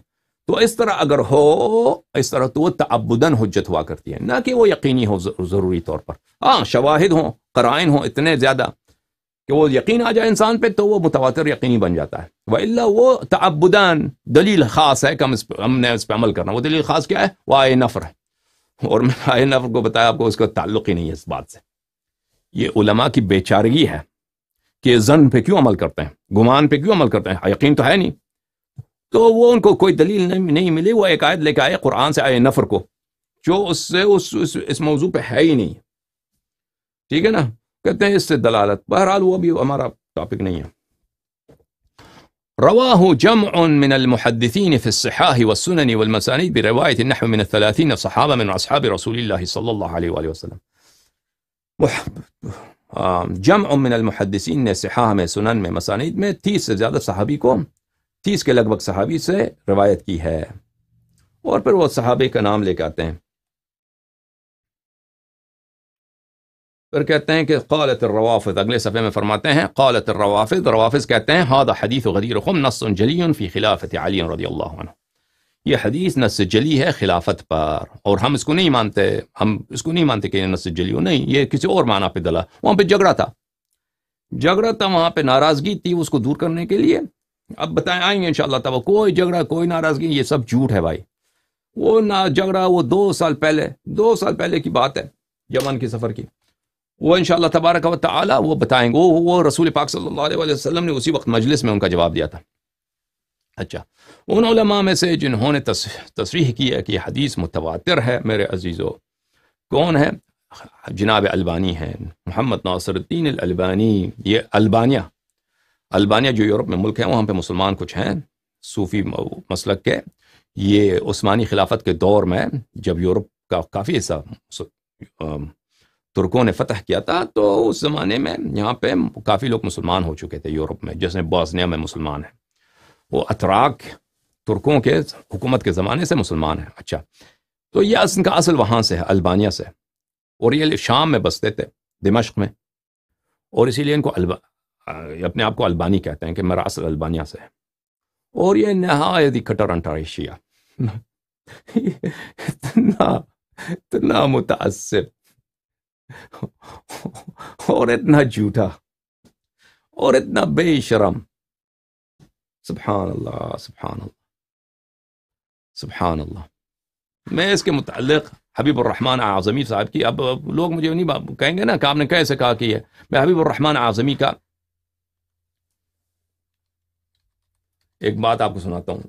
وہ اعظم گڑھ کے بہت بڑے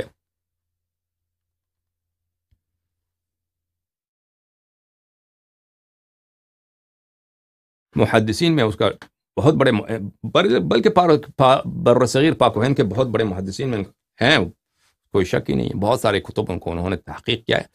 یہ مولوی جو ہیں حبیب الرحمن اعظمی، یہ ان کی وفات ہے، یہ صوبہ بہار، ہندوستان کے جو صوبہ بہار میں ظاہراً اعظم گڑھ وہاں کے، تو ان کی وفات ہے سنہ 1983، سنہ 1980 کے بعد کی بات ہے. تو یہ کافی متاخر علماء میں ہیں. یہ البانی کے امدور تھے، ایک زمانہ میں رہے. الالبانی شذوذہ اخطاؤہ تالیف حبیب الرحمن العظمی. حبیب الرحمن اعظمی نے یہ کتاب لکھا ہے. یہ کتاب چھپی ہے مکتبۃ دار الغروبہ سنہ 1984 میں. اچھا،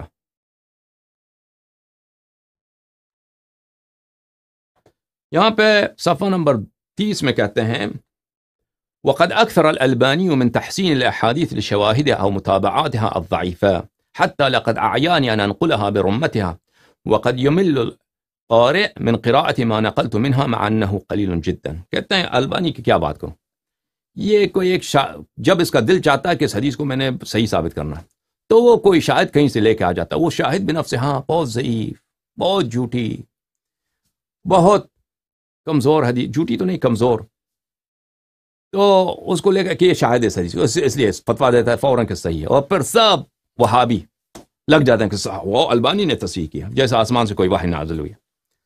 پھر کہتے ہیں لقد اعیانی ان انقلها برمتها، اتنا زیادہ اس نے یہ کام کیا ہے کہ اگر میں ان سب کو نقل کروں تو میرا بس میں نہیں ہے، اتنا زیادہ یہ کام کرتا ہے. اتنا قلیل جو میں نے اس کتاب میں نقل کیا ہے وہ بھی آپ کے لیے جو ہے خستگی کا باعث ہے، آپ بور ہو جاتے ہیں اس کو پڑھتے ہوئے.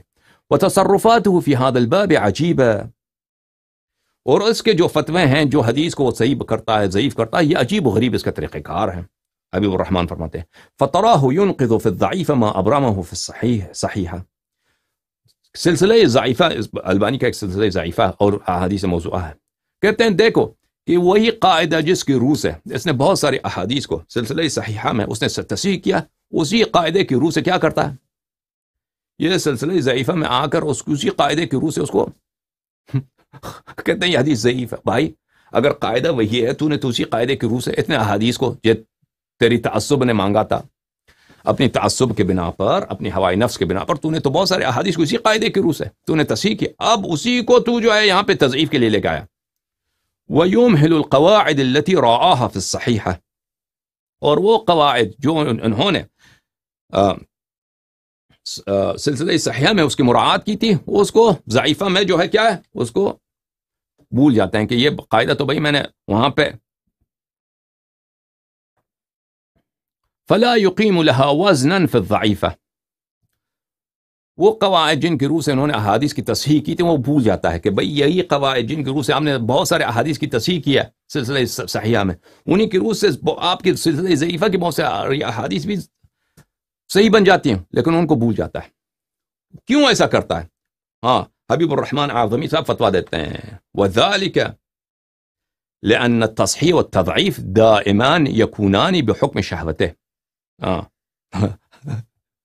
ٹھیک ہے نا بھائی، میں نے صحیح کہہ دیا، یعنی کہ یہ آدمی ہے منافق، یہ اس کے کسی تصحیح پہ کوئی بھروسہ نہیں ہے، اس کے کسی فتوے پہ بھروسہ نہیں، یہ آدمی اس کا یہ بس اس کی تعصب کی بنا حدیث پسند آیا متن، اگر وہ حدیث اس کو چاہیے، اگر متن پسند آیا تو اس کو کسی نہ کسی طریقے سے اس تصحیح کر دے گا، اگر حدیث کا متن پسند نہیں آیا وہ کوئی طریقہ ڈھونڈ لے گا، اس کے لیے کوئی قاعدہ ڈھونڈ لے گا، اس طرح قواعد تو بہت سارے ہیں جو متناقض ہیں ایک دوسرے سے، اس کی روح سے اس کو تضعیف کر دے گا۔ فرماتے ہیں اس لیے کہ تضعیف اور تصحیح اور تضعیف، حدیث کی صحیح بنانا اور ضعیف بنانا، یہ ہمیشہ اس کے شہوت کے تابع ہوتے ہیں۔ کس کے شہوت؟ یعنی اس کے تعصب، اس کی ذاتی رائے، ذاتی عقیدہ، جو دل کا میل ہے اس کا، اس کے بنا پر ہوتے ہیں۔ وطبق ہوا، اس کے ہوائے نفس کے مطابق ہیں۔ فإذا اشتهى أن يصحح حديثا يتقوى به في الخروج على أئمة الاجتهاد والفتوى أو جهابذة الحديث وسيارفة الفن استعمل قاعدة من القواعد، اگر اس کو ایک حدیث کی ضرورت ہے کہ مثلا اپنے عقیدہ جو سلفیت کا عقیدہ ہے، جو طریقہ کار ہے، اس کو ثابت کرنے کے لیے میں نے اس حدیث کو صحیح کرنا ہے، تو وہ ایک قاعدہ لے کے آ جاتا ہے بھائی، ہاں کہ بھئی اس قاعدے کی روح سے حدیث صحیح ہے، تو اس میں حدیث میں وہی اسی قاعدے کو صحیح ضعیف حدیث میں بھی لگاؤ نا۔ یہ میری بات نہیں میرے عزیزوں، یہ ایک بہت بڑے محقق ہیں، کون؟ جناب عبد الرحمن العظمی، جنہوں نے بہت ساری کتابوں کی تحقیق کی ہے، ان میں سے ایک تحقیق جو ہے کتاب ہے جامع ابن وہب ہے، مصنف عبد الرزاق ہے، بہت ساری کتابوں کی انہوں نے تحقیق کی ہے، بہت زبردست، ان جیسا محدث کم ہے میرے خیال میں، یا ہے ہی نہیں، موجودہ دور میں نہیں گزرا ہے بر صغیر میں۔ اچھا، وَإِذَا اشْتَهَى أَن يُضَعِّفَ حَدِيثًا كَذَلِكَ نَبَذَهَا وَرَاءَ ظَهْرِهِ، اسی طرح اگر اس کو ضرورت پڑے نا کہ کسی حدیث کو تضعیف کرنا ہے تو سارے وہ قواعد بھول جاتے ہیں، اس کو اپنے پیر کے نیچے ڈال دیتا ہے۔ اچھا، البانی اس کی بات، یہ جتنے علماء ہم نے نقل کی ان کی بات ہمارے لیے حجت تو نہیں ہے، ہم شیعہ ہیں، بہرحال ہم کا نقل کرتے ہیں علماء مخالفین کے لیے کہ ان کے نزدیک یہ معتبر علماء ہیں، ان میں سے بعض ان کے نزدیک معتبر ہوں گے، بعض فرقوں کے نزدیک معتبر ہوں گے، لیکن ان کی مجموعی طور پر ان کے باتوں کو دیکھ کر تو شک نہیں رہتا کہ حدیث متواتر ہے۔ یہ کتاب حیات الالبانی وآثارہ وثناء العلماء علیہ تحلیف محمد ابراہیم الشیبانی، اچھا جزء اول، کتاب چھپا ہے سنہ 1987 میں، یہاں پہ وقد قال شیخ ابن باز یوما فی الشیخ، عبد العزیز ابن باز جو سعودی عرب کا گرینڈ مفتی تھا، مفتی اعظم تھا، اس نے کہا ما رأيت تحت أديم السماء عالما بالحديث في العصر الحديث مثل العلامة محمد ناصر الدين الألباني، ابن باز فرماتے ہیں کہ آسمان کے نیچے میں نے البانی جیسا محدث اس زمانے میں نہیں دیکھا، کیونکہ دونوں کیا ہیں؟ دونوں وہابی ہیں نا۔ اچھا، یہ کتاب ہے سلسلۃ الاحادیث الصحیحہ المجرد الرابع، تالیف محمد ناصر الدین الالبانی، چاپ مکتبۃ المعارف فی الریاض سعودی عرب۔ انہی احادیث میں سے احادیث صحیحہ میں صفحہ نمبر 330 میں من کنت مولا فعلی مولا اللہم والی من والا وعاد من عادہ، اس حدیث کو انہوں نے احادیث صحیحہ میں شامل کیا ہے۔ اور اس کے بعد اگلے صفحے پر اگلے صفحات پر صفحہ 343 میں فرماتے ہیں وللحدث وللحدیث طرق اخرى کثیرہ، اس حدیث کے بہت سارے جو طرق میں نے ذکر کیے ہیں، اس کے علاوہ بہت سارے دوسرے طرق ہیں۔ جمع طائفة كبيرة منها الہیثمی فی مجمع الزوائد، ہیثمی نے مجمع الزوائد میں اس حدیث کے ایک بہت حصے کو طرق کو جمع کیا ہے۔ وقد ذکرت وخرجت ما تيسر لي منها، میں نے ان 20-30 صفحات میں نے جو ذکر کیا ہے وہی جو میرے پاس وقت تھا میں نے ان کو جمع کیا ہے۔ مما يقطع الواقف عليها بعد تحقيق الكلام على اسانيدها بصحة الحديث يقينا، کہ اس کے بعد انسان کو قطع حاصل ہو جاتا ہے۔ قطع سے مراد عربی زبان میں کیا ہے؟ قطع سے مراد یقین ہے، القطع، انسان کو قطع حاصل ہوتا ہے، یعنی یقین حاصل ہوتا ہے کہ یہ حدیث صحیح ہے یقیناً، رسول پاک صلی اللہ علیہ وسلم نے فرمایا۔ یہاں پہ جو لفظ صحیح اس نے استعمال کیا ہے اصطلاحی معنوں میں نہیں، لغوی معنوں میں۔ وَإِلَّا فَهِيَ كَثِيرَةٌ جِدًّا، میں نے 20-30 صفحات میں جو میں نے لائے ہیں، دیکھیں عزیزو، اصل حدیث کو اس نے کس صفحے میں لایا؟ صفحہ نمبر 330 میں، 330 میں، ٹھیک ہے نا؟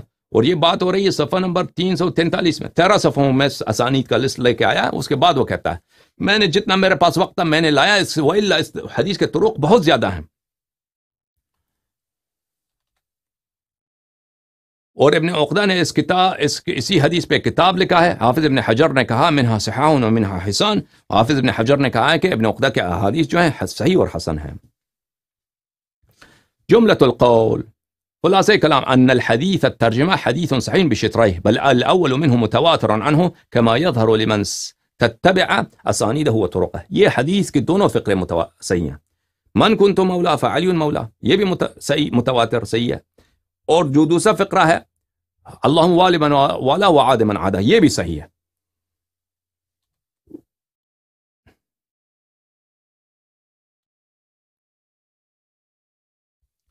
سلسلۃ الاحادیث الصحیحہ المجلد الخامس، وہاں پہ صفحہ نمبر 243 میں کہا فمن العجیب حقا ان يتجرأ شیخ الاسلام ابن تیمیہ على انکار هذا الحديث في منهاج السنة كما فعل بالحديث المتقدم هناك مع تقريره احسن التقریر ان الموالات ضد المعادات وهو حکم ثابت لكل مؤمن۔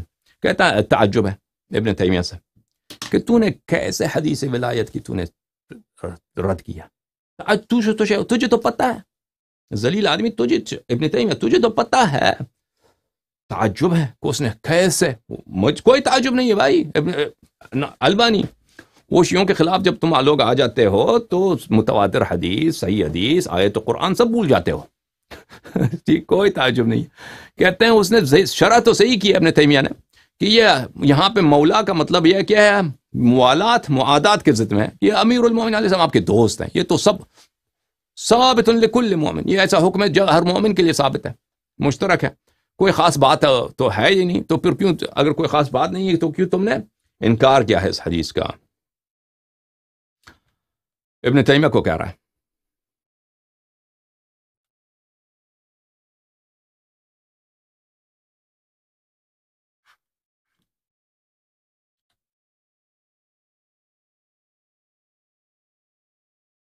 اچھا، ان علماء میں سے جنہوں نے تصحیح کی ہے، تصریح کی ہے کہ یہ حدیث متواتر ہے، الشیخ احمد محمد شاکر ہیں۔ الشیخ محمد شاکر یہ ازہر کے بہت بڑے محققین میں سے ہیں، اور گرچہ ظاہراً یہ سلفی نہیں تھے لیکن جماعت سلفین کو بہت مانتے ہیں، ان کی تحقیقات کی، ان کے کتب کی، اور ان کی وفات بھی پچھلی صدی میں ہوئی ہے، یعنی 20ویں صدی میں ہوئی ہے۔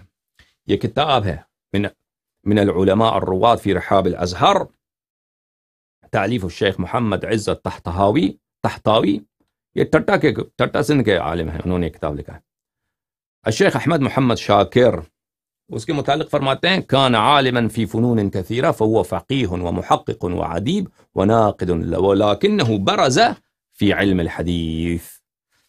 یہ فنون کثیرہ میں عالم ہیں، فقیہ ہیں، محقق ہیں، ادیب ہیں، لیکن ان کا جو امتیاز ہے وہ علم حدیث میں ہے. اچھا، حتی صار اماما من ائمته فی هذا العصر. اتنی محنت کی انہوں نے فنون حدیث میں کہ اس عصر میں علم حدیث کے ایک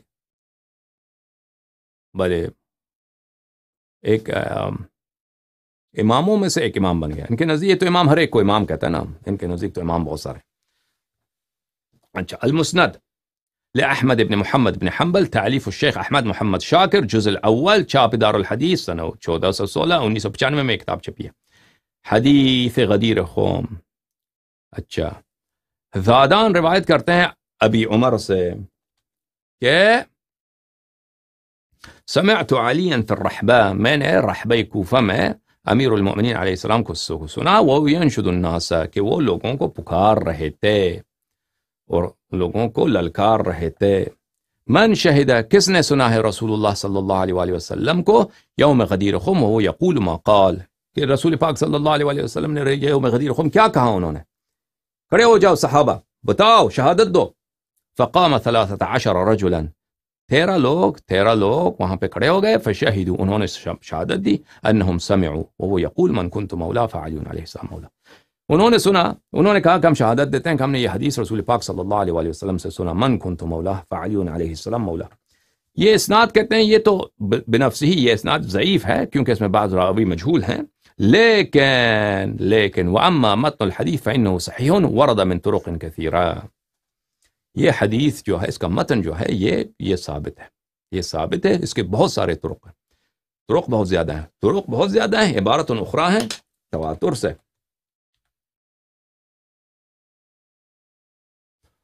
ان علماء میں سے جنہوں نے اس حدیث کی کثرت طرق اور تواتر کی تصریح کی ہے ہمارے معاصر عالم دین ہے الشیخ محمد ابن شیخ العلامہ علی ابن آدم ابن موسیٰ. اچھا، یہ ایک مکے میں رہنے والے ایک وہابی، کٹار وہابی ہیں. انہوں نے سنن ابن ماجہ پہ شرح لکھا ہے، مشارق الانوار الوہاجہ فی شرح سنن ابن ماجہ، مجلد الثالث، جاپ دار المغنی فی ریاض سعودی عرب میں کتاب چھپی ہے. بھلے یہاں پہ صفحہ نمبر 202 میں فرماتے ہیں وجملۃ القول ان حدیث الترجمہ حدیث صحیح بشرطیہ بل اول منه متواتر عنه كما يظهر للمتتبع اسانیده وطرقه وما ذکرت منها کفایہ. وہ بھلے البانی کے قول کا نقل کرتے ہیں کہ حدیث غدیر بشطرئی ہے، دونوں اس کے دونوں حصے صحیح ہیں، اور پہلا حصہ جو ہے اس کو تو کثیر الطرق ہے، متواتر ہے، اور اس کو نقل کرتے ہیں تائید کے طور پر، اتفاق کے طور پر، لذا ان کا اپنا بھی یہ قول ہے.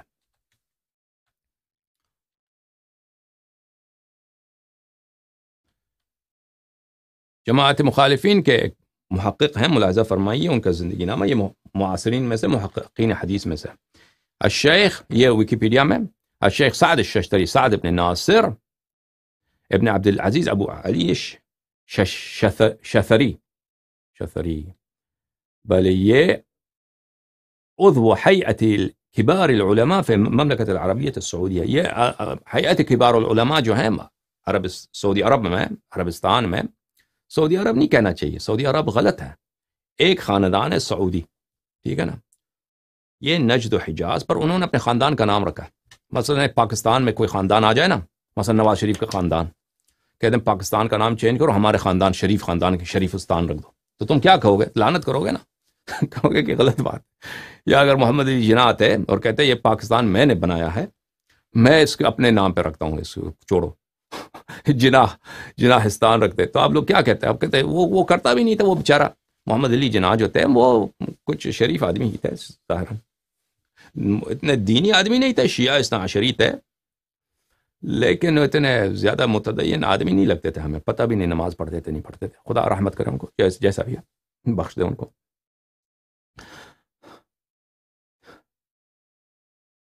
تو اگر وہ کہتے ہیں بھائی کہ میں یہ کام تو کرنے والے نہیں تھے، کیونکہ وہ آزاد فکر لوگ، آزاد خیال آدمی تھے، لیکن اگر کرتے کوئی مانتا نہیں تھا، تو بڑا ظلم ہوتا نا لوگوں کے پاس کہ ایک آدمی اپنے خاندان کے نام پہ. اب نجد و حجاز جزیرۃ العرب میں ایک خاندان جو ہے انہوں نے ملک پہ اپنا نام رکھ دیا کہ المملکۃ العربیۃ السعودی، سعودی عرب. یہ غلط بات ہے. کتنا ظلم ہے تاریخ کے ساتھ، وہاں کے لوگوں کے ساتھ، اور کتنا ڈکٹیٹرشپ ہے. اچھا، تو یہ وہاں اس ملک میں، اس بادشاہت میں، وہاں پہ ایک بورڈ ہے علماء کے، ایک کمیشن ہے جو سب امور پہ ان کا نظارت ہے. وہابی کٹر، سب کٹر وہابی ہوتے ہیں، اور سب امور پہ وہی انہی کا فتویٰ چلتا ہے. اور وہ کیا ہے؟ ہیئت کبار العلماء، کمیشن یا کمیٹی بڑے علماء کی، وہ فتویٰ انہی کا چلتا ہے. تمام امور میں، امور الدین میں، داخلی امور میں جتنے قوانین ہیں وغیرہ ہیں وغیرہ، سب انہی کی رائے چلتی ہے. یہ اس کا عضو ہے. ٹھیک ہے نا. انہوں نے المطالب العالیہ بزوائد المسانید الثمانیہ ابن حجر عسقلانی کے انہوں نے تحقیق کی ہے. اچھا، یہاں پہ صفحہ نمبر 1420، یہ کتاب صفحہ چھپی 1420 میں، صفحہ نمبر 96 میں، وقول النبی من كنت مولا فعلی علیہ السلام مولا حدیث متواتر نص على تواتره عدد من ائمة الکرام. ٹھیک ہے نا. حدیث غدیر قوم متواتر ہے، بہت سارے علماء حدیث نے اس حدیث کے تواتر پہ تنصیص کیا ہے. منہم الحافظ ابن حجر، ان میں سے ایک ہے حافظ ابن حجر فتح الباری میں. حافظ ابن حجر جیسے میں نے آپ کو دکھایا. اچھا، ان کتاب پہ ان کے، یہ کتاب کی کتابت انہوں نے خود نہیں کی، ان کتاب کی کتابت ان کے شاگردوں نے کی ہے. البتہ ان کتاب کی کتابت پر ان کا سپرویژن ہے. اچھی بات ہے عزیزوں.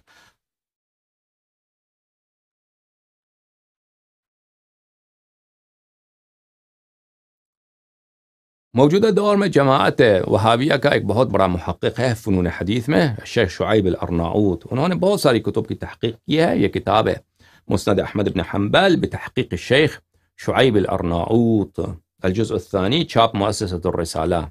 یہاں پہ صفحہ نمبر 71 میں حدیث غدیر قوم من كنت مولا فعلی علیہ السلام مولا، اس کے ذیل میں کہتے ہیں یہ حدیث صحیح لغیرہ ہے. یہ حدیث جو ہمارے پاس ہے فی نفسی، اس کے سند میں کچھ مجہولیت ہے، لیکن متن الحدیث صحیح ورد من طرق کثیرہ تزید على 30 صحابیا. لیکن متن حدیث صحیح ہے، 30 سے زیادہ صحابی نے روایت کی ہے. یہ تصریح ہے تواتر پر. ٹھیک ہے نا عزیزو. الحمدللہ رب العالمین. میں نے 1 گھنٹہ 15 منٹ آپ کی خدمت میں بات کی ہے اسی موضوع پر کہ حدیث متواتر ہے. اب اس کی سند پہ مزید بات نہیں کریں گے. اب آگے جا کر انشاءاللہ تبارک و تعالی مثلا آلوسی بغدادی نے کہا ہے کہ یہ حدیث بخاری و مسلم کی شرط پہ نہیں ہے، تو ہم اس کا جواب دینا چاہتے ہیں، لیکن جب ہم یقینی ہونا ثابت کر چکے ہیں تو بخاری مسلم کا شرط خود بذات خود غیر معلوم ہے، مجہول ہے. انہوں نے کہیں تنصیص نہیں کہ ان کا شرط کیا ہے. انہوں نے اگر اس حدیث کو اپنی کتاب میں نہیں لایا ہے تو اس حدیث کی صحت پہ اس کا کوئی فرق نہیں پڑتا. نہ انہوں نے کبھی ادعا کیا ہے کہ ہم نے ہر صحیح حدیث کو اپنی کتاب میں لایا ہے، نہ انہوں نے ادعا کیا کہ ہم نے ہر اجماعی حدیث کو، متواتر حدیث کو اپنی کتاب میں لایا ہے، بلکہ ان کے اپنے فرقے کے علماء کی نص ہے کہ شرط بخاری و مسلم غیر معلوم ہے، مجہول ہے. اولا. ثانیا، کیونکہ انہوں نے بتایا نہیں ان کا شرط کیا. ثانیا، ان کی کتاب، ان کی بخاری مسلم کے جو احادیث ہیں وہ ظنی و صدور ہیں، مگر یہ کہ اس میں کوئی حدیث متواتر ہو، یہ اپنی جگہ پہ ثابت ہے. تو یہ حدیث جو ہے بخاری و مسلم کے احادیث سے بہت اعلیٰ ہے، کیونکہ یہ یقینی ہے، متواتر ہے. یہ ایک بات. دوسری بات، کیونکہ ہم چاہتے ہیں کہ ہم ان اشکالات کا جواب دیں کتب دکھا کر، لیکن جب یقینی ہونا ثابت کر چکے ہیں تو کیونکہ ایام کم ہے ہمارے نزدیک، ہم دلالت کی طرف جائیں گے. اس کے بعد دلالت کے متعلق کہ وجہ صدور حدیث کیا ہے، نبی کریم صلی اللہ علیہ وآلہ وسلم نے یہ خطبہ کیوں بیان فرمایا ہے. کیا اس کی وجہ یہ ہے کہ نبی کریم امین صلی اللہ علیہ وآلہ وسلم کو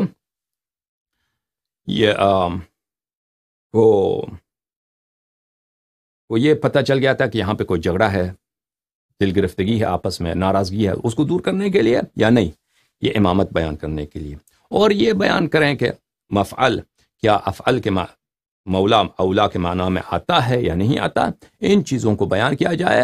اور ہمارے پاس دلائل کیا ہیں کہ یہ معنی متعین ہے اولا کے لیے، کہ النبی اولا بالمؤمنین من انفسهم، کہ نبی کریم امین صلی اللہ علیہ وآلہ وسلم کو مؤمنین کے حیات میں جیسے وہ حکم کریں وہ نافذ ہے، وہ حکم نافذ ہے، جیسے وہ ارادہ فرمائے وہ نافذ ہے، کسی کو مخالفت کی ضرورت نہیں ہے. فلا وربک لا یؤمنون حتى يحكموك فيما شجر بينهم ثم لا يجدوا في انفسهم حرجا مما قضيت ويسلموا تسلیما، کہ کوئی مومن نہیں ہوتا اس وقت تک کہ بالکل تسلیم ہو نبی کریم صلی اللہ علیہ وسلم کے سامنے. اور ان کے اگر کسی حکم سے اپنے دل میں بھی کوئی حرج پائے تو اللہ نے قسم کھا کے کہا ہے کہ وہ مومن نہیں ہے. تو وہی مقام اور وہی مرتبہ سید المسلمین علیہ الصلوۃ والسلام کو حاصل ہے اس حدیث کی روح سے. اب اس کا بیان انشاءاللہ تبارک و تعالی دلائل آگے جا کر ہم بیان کریں گے سب مخالفین کے کتب سے انشاءاللہ تبارک و تعالی.